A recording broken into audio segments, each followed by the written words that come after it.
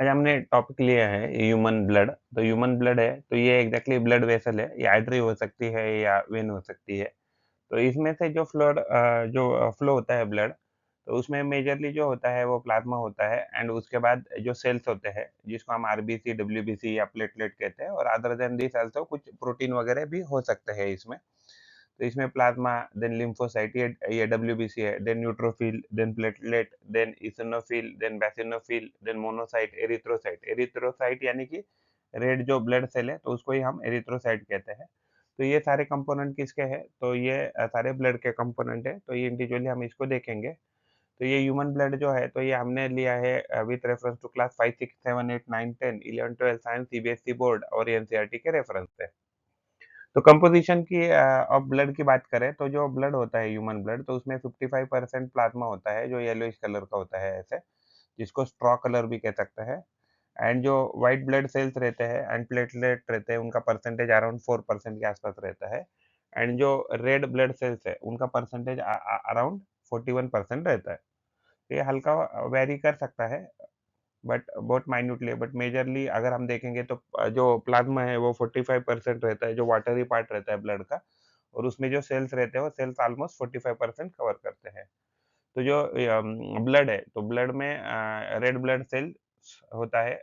तो ये blood vessel का फोटो है जहाँ से ये ब्लड फ्लो हो रहा है। फिर उसमें डब्ल्यूबीसीज होते हैं यानी व्हाइट ब्लड सेल्स, जो हमें इम्यूनिटी प्रोवाइड करते हैं। उसमें फिर प्लाज्मा होता है, तो प्लाज्मा में ये सारी चीजें क्या होती है कि फ्लो होती रहती है। और उसके बाद प्लेटलेट, जो ब्लड क्लोटिंग का जो काम है, अगर मान लीजिए कभी कट लग गया है, कुछ हो गया, तो अगर ब्लड बाहर आ रहा है तो उसको क्लॉटिंग करने का काम प्लेटलेट करते हैं। तो ये जो ब्लड है, तो उसमें जो आरबीसी है, तो आरबीसी का मेजर काम रहता है to carry oxygen and carry carbon dioxide. तो ये 2 काम है मेजरली उनके। डब्ल्यूबीसी जो है, उनके मेजर काम है to fight diseases and immune response जो है, उसको इंक्रीज इंक्रीज करने का काम करते हैं डब्ल्यूबीसी। यानी हमारी इम्यूनिटी इम्यूनिटी बढ़ाने का या सोल्जर की तरह काम करते हैं as a defence mechanism. Platelet जो है, तो उनका मेजर काम होता है ब्लड क्लॉटिंग करना। और प्लाज्मा क्या है? तो प्लाज्मा एक लिक्विड पार्ट है जिसमें ये सारे जो सेल्स है, डब्ल्यूबीसी है, आरबीसी है या प्लेटलेट है या इवन अदर कोई प्रोटीन है, तो इसमें से आसानी से वो फ्लो कर सकते हैं। तो प्लाज्मा एक मीडियम है फ्लो होने के लिए।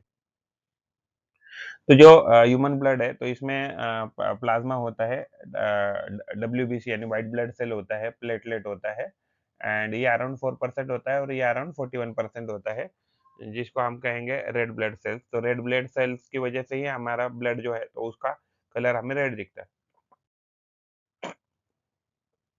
तो ह्यूमन ब्लड जो होता है एक स्पेशलाइज्ड बॉडी फ्लूइड है जो ट्रांसपोर्ट करता है ऑक्सीजन को, न्यूट्रिएंट को, हार्मोन को और वेस्ट प्रोडक्ट को।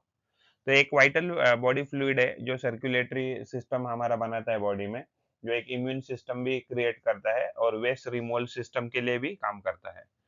तो कंपोजिशन जो है इसका ब्लड का, तो इसमें 55% प्लाज्मा होता है जो वाटरी पार्ट होता है एंड ब्लड सेल्स। तो इसमें ब्लड सेल जो होते हैं अराउंड 45% होते हैं। तो ब्लड सेल जो है, तो ये रेड ब्लड सेल्स हो सकते हैं, व्हाइट ब्लड सेल्स हो सकते हैं एंड प्लेटलेट हो सकते हैं। Other than this also some proteins are there. तो ये जो ब्लड होता है या आरबीसी जिसको हम मेजरली कहेंगे, आरबीसी हो या डब्ल्यूबीसी हो या प्लेटलेट हो, वो सारे कहाँ प्रोड्यूस होते हैं? तो बोन मैरो में प्रोड्यूस होते रहते हैं। एंड ये जो सॉफ्ट एंड स्पॉन्जी टिश्यू होता है, बोन मैरो क्या है? तो एक सॉफ्ट एंड स्पॉन्जी टिश्यू है जो मोस्ट ऑफ द बोन के अंदर होता है। तो जो भी हमारा ह्यूमन ब्लड है, तो वो अराउंड 7% टू 8% तो एडल्ट का टोटल बॉडी वेट का ब्लड होता है। एडल्ट मेल की बात करें तो अराउंड 5.5 लीटर ब्लड होता है उसमें। एडल्ट फीमेल में लगभग 5 लीटर ब्लड होता है, यानी कि male do have more blood than the female. And pH जो है, पीएच जो ह्यूमन ब्लड होता है वो स्लाइटली अल्कलाइन होता है, यानी उसका पीएच अराउंड 7.4 के आसपास होता है। तो ह्यूमन जो ब्लड है उसके कंपोनेंट में प्लाज्मा है, तो प्लाज्मा अराउंड 55% वॉल्यूम ऑक्यूपाई करता है। इसमें 90% वाटर होते हैं और इसमें प्रोटीन हो सकते हैं, glucose, fat, hormone, waste product होते हैं। जो रेड ब्लड सेल्स है इसको एरिथ्रोसाइट्स ऐसे कहते हैं। एरिथ्रो का मतलब है रेड, रेड सेल्स, साइट्स का मतलब है सेल्स। तो ये सबसे ज्यादा क्वांटिटी में होते हैं। तो इनका फंक्शन होता है ऑक्सीजन को कैरी करना टू द टिश्यूज़ और कार्बन डाइऑक्साइड जो है वो लंग्स के पास वापस लेके आने का काम अ, आरबीसी का होता है। इनका कलर रेड इसकी वजह से होता है क्योंकि उनके पास एक प्रोटीन होता है हीमोग्लोबिन, तो इसकी वजह से क्या होता है उनका कलर लाल हो जाता है। व्हाइट ब्लड जो सेल्स है उसको ल्यूकोसाइट्स ऐसे कहते हैं, ल्यूको यानी कि विदाउट कलर कह सकते हैं। तो part of a immune system होता है डब्ल्यूबीसी, तो डब्ल्यूबीसी क्या करता है तो इम्यून सिस्टम बनाता है। ये जो भी इन्फेक्शन है या डिजीजेस है उसके अगेंस्ट डिफेंस क्रिएट करते हैं बॉडी में। तो जो डब्ल्यूबीसी है वो अलग-अलग प्रकार के हो सकते हैं, ग्रैन्युलर एंड अग्रैन्युलर। तो उसमें लिम्फोसाइट्स, मोनोसाइट्स, ग्रैन्युलोसाइट्स, तो ग्रैन्युलोसाइट्स में न्यूट्रोफिल, इसिनोफिल, बेसोफिल्स, ये अलग-अलग उसके सब सेल आते हैं डब्ल्यूबीसी के। ब्लड में प्लेटलेट्स जिसको थ्रोम्बोसाइट्स ऐसे भी कहा जाता है, तो ये स्मॉल सेल फ्रैगमेंट होते हैं जो बोन मैरो में ही बनते हैं एंड इनका काम होता है ब्लड क्लॉटिंग करना और जो भी ब्लीडिंग हो रहा है, अगर कोई कट लग गया है, बॉडी में से ब्लड बाहर निकल रहा है, तो उसको स्टॉप करने का काम होता है। अगर आज नॉर्मल अगर आरबीसी अगर एडल्ट में अगर देखे जाए तो नॉर्मल जो आरबीसी काउंट होता है, रेड ब्लड सेल काउंट होता है, वो अराउंड 4.7 टू 6.1 मिलियन सेल्स पर माइक्रो लीटर ऑफ ब्लड होता है। यानी कि अगर 1 माइक्रो लीटर ब्लड लिया तो अराउंड हम कह सकते हैं 47 लाख से 61 लाख तक सेल्स हो सकते हैं। जो डब्ल्यूबीसी है उनका काउंट एवरेज 4000 से 11000 सेल्स होते हैं पर माइक्रो लीटर ऑफ ब्लड और प्लेटलेट जो होते हैं उनका काउंट अराउंड 1.5 लाख से लेके 4.5 लाख सेल्स पर माइक्रो लीटर ऑफ ब्लड होता है। लिम्फोसाइट्स की अगर बात करें तो उनका काउंट पर माइक्रो लीटर अराउंड 1000 से 4800 सेल्स होता है। तो ह्यूमन ब्लड जो है तो उसके फंक्शन जो है तो इसे मेजरली ट्रांसपोर्ट करता है ऑक्सीजन को, न्यूट्रिएंट को, हार्मोन को, वेस्ट मटेरियल को एंड वेस्ट मटेरियल में जैसे for example carbon dioxide and gases जो है, तो गैसेस में मान लीजिए कार्बन डाइऑक्साइड तो वेस्ट मटेरियल हो गया हमारे लिए एंड ऑक्सीजन जो है तो ये हमारे लिए यूज़फुल गैस है। तो प्रोटेक्शन जो है, तो प्रोटेक्शन का काम करते हैं ये एग्ज़ैक्टली ह्यूमन ब्लड जो है तो डब्ल्यूबीसी को कैरी करता है, जो एंटीबॉडीज़ को भी कैरी करता है। और ये डब्ल्यूबीसी हो, एंटीबॉडीज़ हो, क्या करते हैं वो फाइट इन्फेक्शन को फाइट करते हैं और डिजीज़ेज़ से भी फाइट करते हैं और हमें बीमारी से बचाते हैं। तो रेगुलेशन बॉडी टेम्परेचर को रेगुलेट करने का काम या पीएच बैलेंस जो है बॉडी का, तो उसको बैलेंस करने का काम ह्यूमन ब्लड करता है। क्लॉटिंग यानी कि प्लेटलेट जो होते हैं, जभी भी हमें ब्लीडिंग हो जाती है, कोई कट लग जाता है, तो उसकी वजह से जो भी ब्लड लॉस जो है, उसको स्टॉप करने का या ब्लड क्लॉटिंग करने का काम प्लेटलेट करते हैं। तो फंक्शन ऑफ ब्लड तो ट्रांसपोर्टेशन में हम देखा तो रेस्पिरेशन कर सकते हैं यानी CO2 एंड O2 का एक्सचेंज करते हैं। Nutrient carrier from the gastrointestinal tract यानी कि पेट से जो भी हमारा न्यूट्रिएंट है वो बॉडी में कैरी करने का काम करता है। हार्मोन का ट्रांसपोर्टेशन करता है फ्रॉम एंडोक्राइन ग्लैंड। ट्रांसपोर्ट करता है मेटाबॉलिक वेस्ट यानी कि जो भी हमारा एक्सक्रीटरी सिस्टम है, तो वहाँ एग्ज़ैक्टली या वेस्ट जो सिस्टम है हमारा फाइनल, तो उसमें वो कैरी करता है ये सब मटेरियल। तो पीएच को रेगुलेट करता है और बॉडी टेम्परेचर को रेगुलेट करता है ब्लड एंड वाटर कंटेंट जो है बॉडी में, तो उसको ही बैलेंस करने का काम करता है। अब ये एग्ज़ैक्टली ब्लड जो है तो डब्ल्यूबीसी को कैरी करता है, जो डब्ल्यूबीसी क्या करता है हमें डिज़ीज़ से जो है तो वो बचाती है बाय फैगोसाइटोसिस यानी कि जो भी हमारे शरीर में जो भी पैथोजन आ गए हैं तो उनको खा किल करके खाने का काम डब्ल्यूबीसी करते हैं। तो ये रिज़र्वियर फॉर सब्सटेंसेस लाइक वाटर, तो वाटर को भी स्टोर करने का काम करता है, इलेक्ट्रोलाइट को स्टोर करने का काम करता है, स्टोरिंग हाउस कह सकता है एंड परफॉर्म हीमोस्टैटिस। हीमोस्टैटिस का मतलब है कि जो भी हमारा बॉडी टेम्परेचर है, उसको रेगुलेट करने का काम कर सकते हैं। तो ह्यूमन जो ब्लड है या प्लाज़्मा जो है, तो ह्यूमन ब्लड प्लाज़्मा की बात करें तो ये लाइट येलो कलर या स्ट्रॉ कलर कह सकते हैं। इसका volume around 55% of total blood होता है। कंपोज़िशन में देखें तो 55% जो भी ब्लड है, तो उसमें 50% में जो भी 55% ऑफ टोटल ब्लड जो प्लाज़्मा है, उसमें मान लीजिए 100 एमएल हमने ब्लड लिया, तो 100 एमएल में 55 एमएल हमें अगर वाटर मिलेगा, उस 55 एमएल में 90% हमें क्या मिलेगा? तो वाटर मिलेगा और एंड 8 टू 10% हमें प्रोटीन मिल सकता है। तो प्रोटीन में albumin, fibrinogen, electrolyte, then blood clotting substances, globulin, mineral salt, enzyme ये अलग-अलग सब्सटेंसेस मिल सकते हैं। तो ये ट्रांसपोर्ट करता है प्लाज़्मा ब्लड सेल को, न्यूट्रिएंट को, हार्मोन को, वेस्ट प्रोडक्ट को, प्रोटीन को एंड विटामिन को। इसका मेजर फंक्शन होता है to maintain blood pressure and pH balance. तो प्लाज़्मा जो है, तो प्लाज़्मा को डोनेट भी किया जा सकता है। डायरेक्टली आप होल ब्लड थ्रू भी कर सकते हैं या अदरवाइज़ प्लाज़्मा फेरेसिस कहा जाता है। प्लाज़्मा फेरेसिस में ब्लड से सिर्फ़ प्लाज़्मा को एक्सट्रैक्ट किया जाता है और सिर्फ़ प्लाज़्मा को ही डोनेट किया जाता है। तो donated plasma can be used for to treat patient. तो बहुत सारी बीमारी में प्लाज़्मा में क्या होता है, बहुत सारी एंटीबॉडीज़ होती है, तो वो हमें मदद करती है। डिज़ीज़ जो भी बीमार पर्सन है, तो उसमें इम्यूनिटी इंक्रीज़ करता है ये प्लाज़्मा। तो ब्लड टाइप एबी प्लाज़्मा जो है, तो उसको यूनिवर्सल प्लाज़्मा कहा जाता है। ये किसी को भी दिया जा सकता है। तो एबी प्लाज़्मा तो गिवन टू एनीवन। तो ह्यूमन जो ब्लड सेल्स है, तो उसमें अगर आरबीसी की बात करें, तो इसका फंक्शन होता है ऑक्सीजन को कैरी करना, कार्बन डाइऑक्साइड को कैरी करना एंड ये प्रोड्यूस होता है बोन मैरो में स्टेम सेल से। उनका शेप जनरली बाइकॉन्केव डिश शेप होता है, जिसकी वजह से वो आसानी से स्क्वीज़ कर सकते हैं खुद को। जो भी नैरो ब्लड वेसल होते हैं, उसमें से आसानी से वो पास कर सकते हैं और बाइकॉन्केव डिश शेप होने के कारण उनका सरफेस एरिया भी इंक्रीज़ हो जाता है। इनकी वजह से क्या होता है कि जो भी गैसेज़ है, वो ज़्यादा गैसेज़ को कैरी कर सकती है। तो ये आरबीसी जो होते हैं, वो एक प्रोटीन कैरी करते हैं हीमोग्लोबिन, जो आयरन रिच होता है, जिसकी वजह से जो आरबीसी है या ब्लड है, ब्लड का कलर हमें रेड दिखता है। तो ये बहुत फ्लेक्सिबल होते हैं, उनमें ये बहुत फ्लेक्सिबल होते हैं, उनमें न्यूक्लियस नहीं होता है। यानी कि आरबीसी जो है वो रेस्पिरेशन कैसे करेंगे अनाएरोबिक ये मेथड से करेंगे। वो एग्ज़ैक्टली मोर फ्लेक्सिबल होते हैं, उनका शेप भी वो चेंज कर सकते हैं, जिसकी वजह से क्या है कि स्मॉलेस्ट ब्लड वेसल से भी वो आसानी से पास कर सकता है। उनका लाइफ स्पैन जो होता है अराउंड 120 डेज़ होता है और इनको एग्ज़ैक्टली जो रिमूव किया जाता है बाय स्प्लीन एंड लीवर जो है, तो इसको रिमूव करते हैं। अगर वन आफ्टर 120 डेज़ जैसे उनका लाइफ स्पैन खत्म हो जाता है, तो स्प्लीन एंड लीवर उनको उसको सेपरेट आउट करते हैं मेन ब्लड से।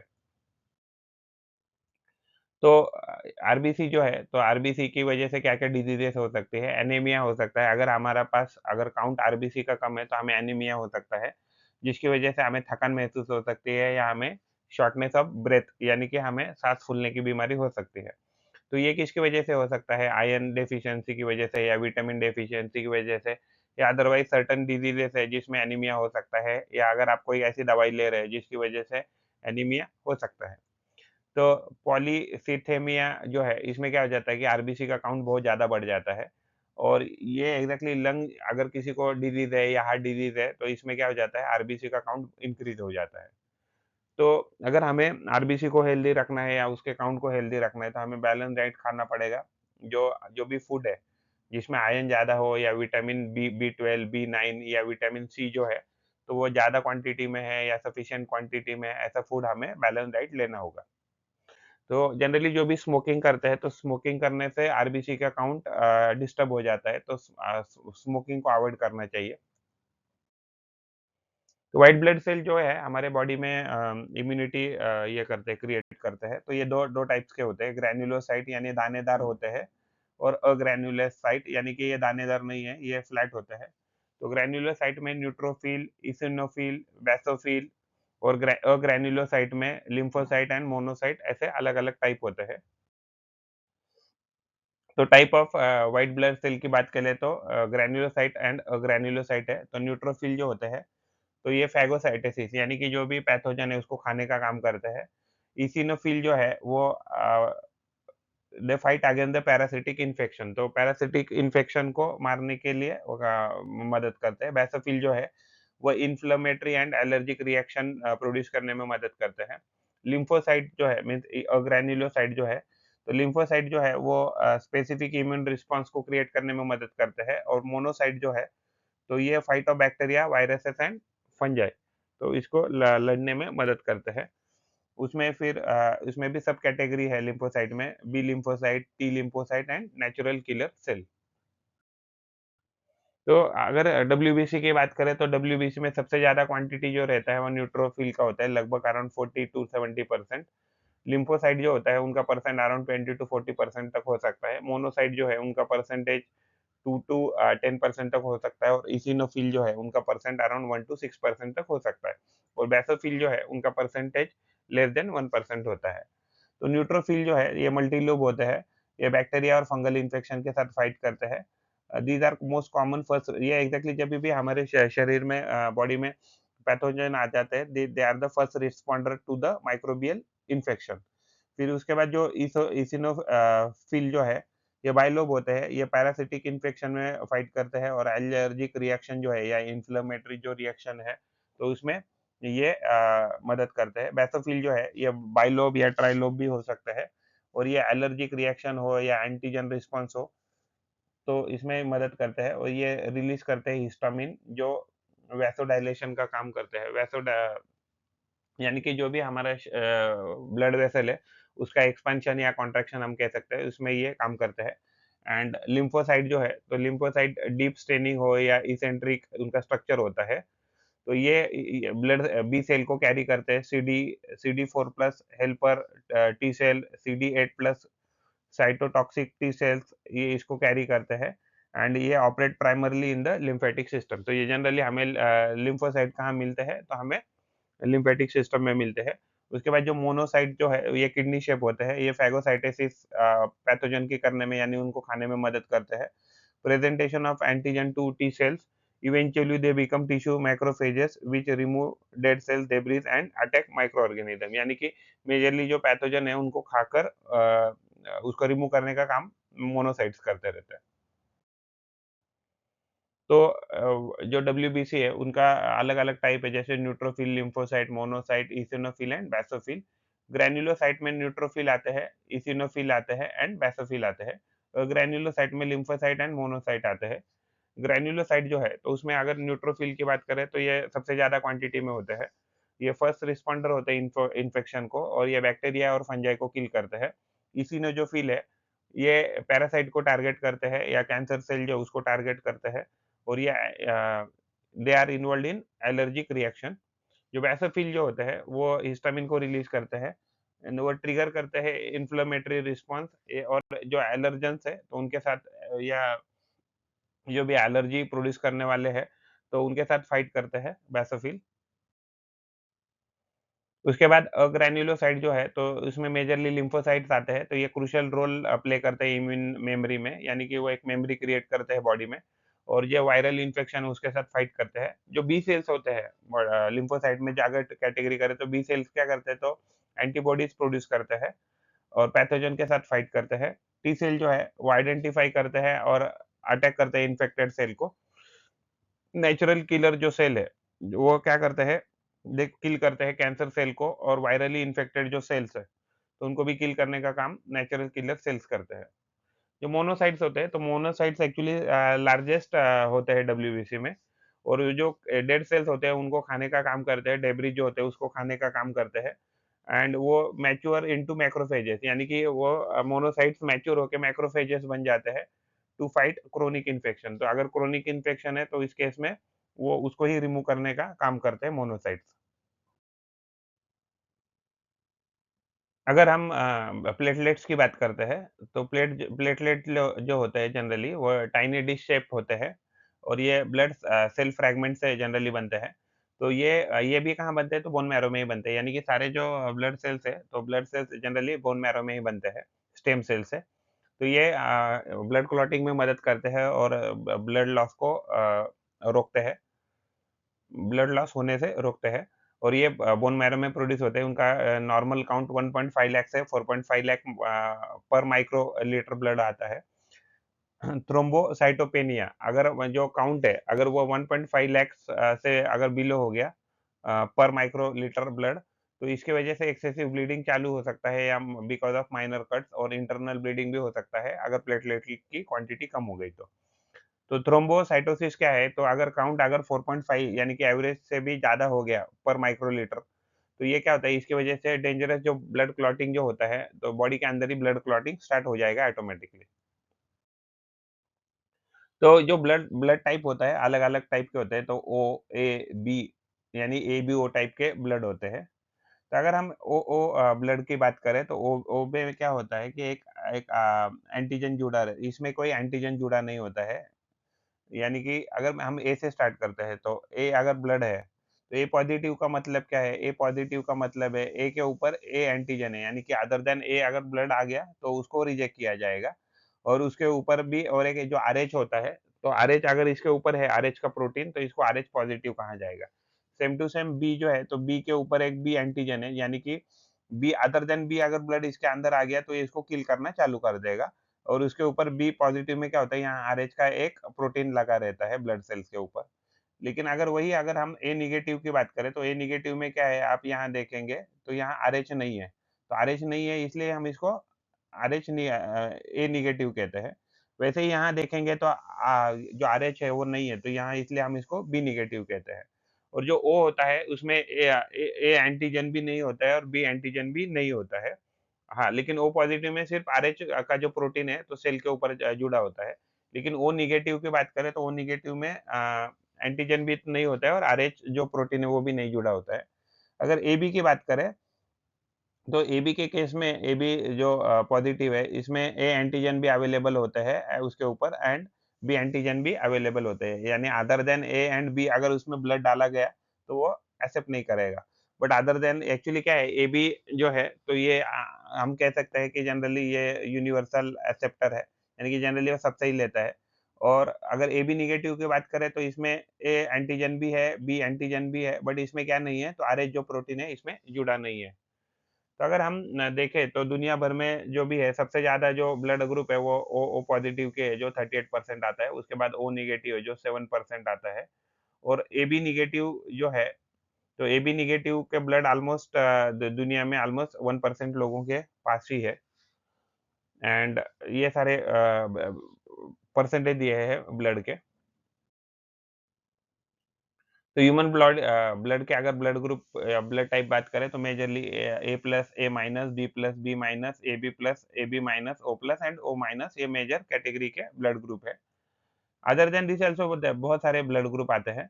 तो ये जो ब्लड ग्रुप है डिटरमाइंड बाय द प्रेजेंस और absence of A and B antigen on the RBC and Rh factor. उसके ऊपर ए एंटीजन जुड़ा है या बी एंटीजन जुड़ा है या उसके ऊपर आरएच प्रोटीन है या नहीं, तो उसके ऊपर आरएच फैक्टर की वजह से अगर है तो पॉजिटिव हो जाएगा, अगर नहीं है तो नेगेटिव हो जाएगा। अगर ए एंटीजन है तो ए ब्लड ग्रुप हो जाएगा और बी एंटीजन है तो बी जो है वो हो जाएगा ब्लड ग्रुप। और उसमें ए और बी दोनों अगर एंटीजन अवेलेबल है तो वो ए बी ब्लड ग्रुप हो जाएगा, लेकिन उसके ऊपर कोई भी एंटीजन नहीं है तो वो ओ ब्लड ग्रुप हो जाएगा। तो ABO system for RH factor जो होता है उसमें ग्रुप जो ए होता है तो उसमें ए एंटीजन होता है, बी में ब्लड ग्रुप में बी एंटीजन होते हैं, एबी में both A and B antigen होते हैं। ग्रुप ओ में neither A nor B antigen होते हैं एंड आरएच जो पॉजिटिव होता है, अगर ब्लड सेल के ऊपर अगर मान लीजिए आरएच का अगर प्रोटीन जुड़ा है तो उसको हम क्या कहेंगे, तो पॉजिटिव कहेंगे। और उसमें ही अगर जो ब्लड है तो उसमें आरएच का प्रोटीन जुड़ा नहीं है ब्लड सेल को, तो उसको हम आरएच निगेटिव कहेंगे या निगेटिव ब्लड ग्रुप कहेंगे। तो एग्जैक्टली जो ओ माइनस है तो हम देख सकते हैं, तो ओ माइनस ऑलमोस्ट सारे जो लोग हैं, तो सारे प्रकार के जो ब्लड ग्रुप है उनको दे सकता है। ओ प्लस की बात करें तो ए बी प्लस को दे सकता है, ए प्लस को दे सकता है, बी प्लस को दे सकता है एंड ओ प्लस को दे सकता है। यानी कि ओ माइनस जो है, तो ओ माइनस क्या हो गया, यूनिवर्सल डोनर हो गया। एंड अगर हम ऐसे देखें तो ए बी प्लस जो है, तो ए बी प्लस जो है तो ये ऑलमोस्ट सारे लोगों से क्या ले सकता है, तो ब्लड ले सकता है। ओ माइनस से भी ले सकता है। ए बी प्लस क्या हो गया, तो ए बी प्लस जो है तो वो एग्जैक्टली सारे लोगों से ब्लड ले सकता है, तो ये यूनिवर्सल एक्सेप्टर हो गया और ओ माइनस यूनिवर्सल डोनर हो गया। तो एग्जैक्टली यहाँ ये कैटेगरी दिया है कि कौन-कौन किसको ये ब्लड दे सकता है, कौन-सा कैटेगरी का ब्लड ग्रुप किसको दिया जा सकता है या लिया जा सकता है। तो अगर हम लिम्फ सिस्टम बॉडी में क्या होता है ना, हमारे इम्यून सिस्टम जहाँ-जहाँ ब्लड नहीं पहुँच सकता है, क्योंकि ब्लड में प्रोटीन होते हैं और प्रोटीन का क्या होता है, साइज़ बड़ा होता है, जिसकी वजह से बहुत छोटी-छोटी जो रीजन होते हैं, वहाँ तक ब्लड वेसल नहीं जा सकता। तो ये पूरा बॉडी में एक लिम्फेटिक सिस्टम है। तो इसमें क्या हो जाता है कि लिम्फ एक वाटरी फ्लूइड है, तो वाटरी फ्लूइड में क्या होता है कि डब्ल्यूबीसीज़ होते हैं और लिम्फोसाइट होते हैं, जो हमें एग्ज़ैक्टली जो भी अगर हमारे शरीर में कोई भी पैथोजन या माइक्रो ऑर्गेनिज़्म अगर एंटर कर जाता है, तो उसको किल करके उसको रिमूव करने का काम कौन करता है? तो लिम्फेटिक सिस्टम करता है। तो ये एग्ज़ैक्टली लिम्फ जो है, तो ये लिम्फ नोड है, तो ये लिम्फ नोड एक बीन शेप होता है। इसमें यहाँ से एग्ज़ैक्टली ब्लड अंदर आ जाएगा, यहाँ अंदर प्रोसेस हो जाएगा और प्रोसेस करके जो भी अच्छा जो ब्लड है, यानी कि क्लीन जो ब्लड है, फ्लूइड कह सकते हैं, नॉट ब्लड। तो ये जो लिम्फ है, तो यहाँ से बाहर निकल कर यहाँ से ये कहाँ जाएगा, ये वाटरी फ्लूइड वापस ब्लड स्ट्रीम में चला जाएगा। तो जनरली जो लिम्फ नोड होते हैं, वो lymph vessel of the chest में होता है, lymph vessel of the abdomen होता है, फिर स्प्लीन में भी होता है, फिर यहाँ थोरैसिक डक्ट है, टॉन्सिल्स है, थाइमस ग्लैंड है। तो ये मेजर रीजन है कि जहाँ जनरली या इवन हमारा ग्रॉइन एरिया है, वहाँ भी हमारे लिम्फ नोड होते हैं। तो ये जो टिश्यू सेल आता है, मान लीजिए ये जो ब्लू कलर का है वो वेन है और रेड कलर का आर्टरी है, तो इसके बीच में क्या होता है, जो भी गैप है, तो इसमें क्या हो जाता है, तो इसमें जो ब्लड कैपिलरीज़ है, तो वहाँ हमें लिम्फ मिलता है। तो ये लिम्फेटिक कैपिलरी हम देख सकते हैं, बहुत छोटा एरिया है, तो इसमें लिम्फेटिक कैपिलरीज़ है, ये लिम्फ इसमें फ्लो होता है। तो लिम्फ क्या करता है कि जो भी अगर हमारे बॉडी में अगर इम्यून सिस्टम को इम्प्रूव करता है कि ऐसी जगह पे जहाँ ब्लड नहीं पहुँच सकता है। तो ये जो है, तो ये थाइमस ग्लैंड हो गया, स्प्लीन हो गया, उसके बाद इंटेस्टाइनल लिम्फ नोड हो गया, फिर स्मॉल इंटेस्टाइन हो गया, फिर उसके बाद बोन मैरो है। तो ऐसे ऐसी जगह है कि जहाँ से ये लिम्फ जो है, लिम्फोसाइट जो है, वो प्रोड्यूस होते रहते हैं। और ये लिम्फ नोड दिया है, और ये आर्टरी मान लीजिए, ये वेन मान लीजिए, और इसके बीच में क्या है कि जो भी स्ट्रक्चर है, तो इसमें लिम्फ फ्लो करता है बॉडी में और इम्यूनिटी हमें देता है। तो ह्यूमन जो ब्लड है, उसमें लिम्फ प्रोड्यूस होता है प्लाज़्मा से। तो ये क्लियर और वाटरी फ्लूइड होता है जो सर्कुलेट होता है लिम्फेटिक सिस्टम में, और ये डिराइव होता है फ्रॉम ब्लड प्लाज़्मा, और ये जो सेल के बीच में जो भी स्पेसेस है उसमें फ्लो होता है। और ये एक इम्यून सिस्टम बनाता है बॉडी में। तो लिम्फ जो है, तो हमारे खास करके इंटेस्टाइन की बात करें, तो ये अलग-अलग जगह पे अलग-अलग वेरिएशन दिखाता है उसका कंपोज़िशन का। अगर हम इंटेस्टाइन की बात करें, तो ये रिच इन फैट्स होता है, क्योंकि जब डाइजेशन प्रोसेस में बहुत सारा फैट एब्ज़ॉर्ब किया जाता है, तो जो लिम्फ इंटेस्टाइन से आता है, तो उसमें ज़्यादा फैट हमें दिखता है। तो अलग-अलग रीजन में हमें अलग-अलग कंपोज़िशन मिलता है लिम्फ का। तो ये स्वेलिंग को प्रिवेंट करता है, जो भी एक्सेसिव जो फ्लूइड है, दो सेल्स के बीच में, सॉरी 2 टिश्यूज़ के बीच में, तो एक्सेसिव फ्लूइड को एब्ज़ॉर्ब करता है, जिसकी वजह से स्वेलिंग रोकी जा सकती है, प्रिवेंट की जा सकती है। इम्यून रिस्पॉन्स को वो ट्रिगर करता है एंड ट्रांसपोर्ट करता है लिम्फोसाइट को। लिम्फोसाइट क्या है, तो एक टाइप ऑफ डब्ल्यूबीसी है थ्रू आउट द बॉडी, जो लिम्फोसाइट क्या करेगा, तो इम्यूनिटी इंक्रीज़ करेगा। जो लिम्फ है उसका फंक्शन है collect excessive fluid, waste material को कलेक्ट करना and other substances from the tissue, और फिल्टर करना through the lymph node where the immune system जो इम्यून सेल जो है, तो फाइट करता है पैथोजन के साथ। और जो भी ऐसा फ्लूइड है कि जिसमें कोई भी अभी पैथोजन नहीं है, वो फ्लूइड कहाँ भेजा जाता है, वापस ब्लड स्ट्रीम में भेजा जाता है, यानी कि ये कंटिन्यूअसली एक साइकिल बनाता है। लिम्फेटिक सिस्टम जो है, इसमें लिम्फ फ्लूइड आते हैं, डब्ल्यूबीसीज़ आते हैं, नेटवर्क ऑफ वेसल्स आते हैं, फिर लिम्फ नोड आते हैं और ऑर्गन्स आते हैं। तो ऑर्गन में जैसे टॉन्सिल्स है, स्प्लीन है, थाइमस है, ये रीजन में मेजरली, और ग्रॉइन एरिया है। यहाँ क्या है, लिम्फ जो है, वो प्रोड्यूस होते रहते हैं। तो ह्यूमन जो ब्लड है, लिम्फेटिक सिस्टम, तो लिम्फ वेसल में ये नेटवर्क ऑफ वेसल है जो कलेक्ट करता है लिम्फ फ्रॉम द टिश्यूज और ट्रांसपोर्ट करता है लिम्फ नोड तक, और लिम्फ नोड उसको प्रोसेस करता है, और इवेंचुअली इसको वापस ब्लड स्ट्रीम में भेजा जाता है।